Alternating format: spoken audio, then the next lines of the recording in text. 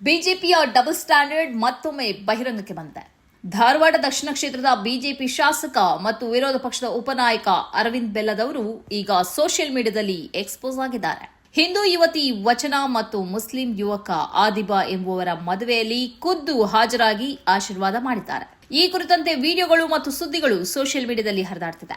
ಆದರೆ ಬಜರಂಗ ದಳ ಮೌನವಾಗಿದೆ, ವಿಶ್ವ ಹಿಂದೂ ಪರಿಷತ್ ಮೌನವಾಗಿದೆ, ಬಿಜೆಪಿ ಕಾರ್ಯಕರ್ತರು ಮೌನವಾಗಿದ್ದಾರೆ. ಯಾರಿಗೂ ಇದು ಲವ್ ಜಿಹಾದ್ನಂತೆ ಕಾಣಿಸಿಲ್ಲ. ಇದರಲ್ಲಿ ಮತಾಂತರದ ಸಂಚು ಕಾಣಿಸಿಲ್ಲ. ಈ ಯುವಕನ ಮೇಲೆ ಮತಾಂತರ ತಡೆ ಕಾಯ್ದೆ ಅಡಿಯಲ್ಲಿ ಕೇಸು ದಾಖಲಿಸಿ ಅಂತ ಸಂಘ ಪರಿವಾರದ ಯಾರೂ ಹೇಳಿಕೆ ಕೊಟ್ಟಿಲ್ಲ. ಬಿಜೆಪಿ ಕಾರ್ಯಕರ್ತರು ಪ್ರತಿಭಟನೆ ನಡೆಸಿಲ್ಲ. ಹಿಂದೂ ಧರ್ಮ ಅಪಾಯದಲ್ಲಿದೆ ಎಂದು ಹೇಳಿಕೆ ಕೊಡುವ ಒಬ್ಬನೇ ಒಬ್ಬ ವ್ಯಕ್ತಿಯೂ ಕಾಣಿಸುತ್ತಿಲ್ಲ. ಯಾಕೆಂದ್ರೆ ಬಿಜೆಪಿ ಶಾಸಕರೇ ಈ ಮದುವೆಯಲ್ಲಿ ಭಾಗಿಯಾಗಿದ್ದಾರೆ. ಆ ಮೂಲಕ ಈ ಮದುವೆಗೆ ಕಾನೂನುಬದ್ಧ ಸರ್ಟಿಫಿಕೇಟ್ ನೀಡಿದ್ದಾರೆ. ನಿಜ ಏನಂದ್ರೆ ಹೆಣ್ಣು ಮತ್ತು ಗಂಡು ಪ್ರೀತಿಸಿ ಮದುವೆ ಆಗೋದ್ರಲ್ಲಿ ಸಂಚೇನೂ ಇಲ್ಲ ಅನ್ನೋದು ಬಿಜೆಪಿಗೂ ಗೊತ್ತು, ಸಂಘ ಪರಿವಾರಕ್ಕೂ ಗೊತ್ತು. ಲವ್ ಜಿಹಾದ್ ಎಂಬುದೆಲ್ಲ ಬೋಗಸ್ ಅನ್ನೋದು ಗೊತ್ತು. ಆದರೆ ರಾಜಕೀಯ ಮೈಲೇಜ್ ಪಡೆಯೋದಕ್ಕೆ ಅದು ಲವ್ ಜಿಹಾದ್ ಎಂಬ ಪದವನ್ನ ಹುಟ್ಟಿಹಾಕಿದೆ. ಇಂತಹದೊಂದು ಮದುವೆ ಇಲ್ಲ ಎಂದು ಕೇಂದ್ರ ಸರ್ಕಾರದ ಅಧೀನದಲ್ಲಿರುವ ಸಿಬಿಐ ಮತ್ತು ಎನ್ಐಎ ಸುಪ್ರೀಂ ಕೋರ್ಟ್ಗೆ ತಿಳಿಸಿದ್ದರೂ ಇವರು ಹೀಗೆ ಹೇಳೋದನ್ನ ನಿಲ್ಲಿಸಲ್ಲ.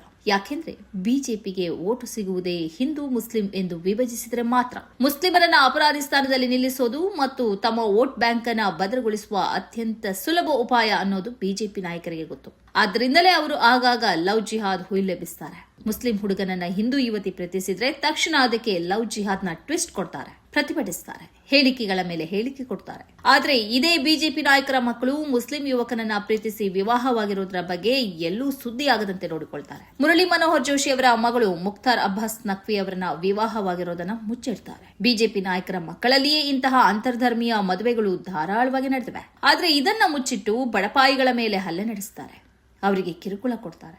ಇದೀಗ ಬಿಜೆಪಿ ಪಕ್ಷದ ಶಾಸಕ ಅರವಿಂದ್ ಬೆಲ್ಲದವರೇ ಈ ಲವ್ ಜಿಹಾದ್ ಎಂಬುದು ಸಂದರ್ಭಕ್ಕೆ ತಕ್ಕಂತೆ ಬಳಸಿ ಬಿಸಾಕುವ ಆಯುಧ ಎಂಬುದನ್ನು ಸ್ಪಷ್ಟಪಡಿಸಿದ್ದಾರೆ. ವಚನ ಮತ್ತು ಆದಿಬಾ ಮದುವೆಯಲ್ಲಿ ಭಾಗಿಯಾಗುವ ಮೂಲಕ ಬಿಜೆಪಿ ಕಾರ್ಯಕರ್ತರಿಗೆ ಸತ್ಯ ಸಂದೇಶವನ್ನ ತಲುಪಿಸಿದ್ದಾರೆ.